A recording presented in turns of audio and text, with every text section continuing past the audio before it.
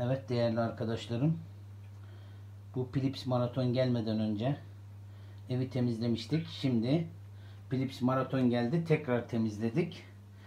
Evimizin içinde yaşadığımız, görmediğimiz pislikleri şimdi bu makine sayesinde görmüş oluyoruz. İşte şimdi size göstereceğim.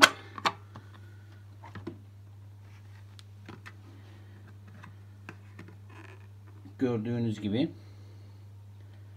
sözde burayı biz temizlemiştik bir gün önce.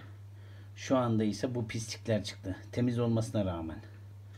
İnanılır gibi değil. Çekiş gücü mükemmel.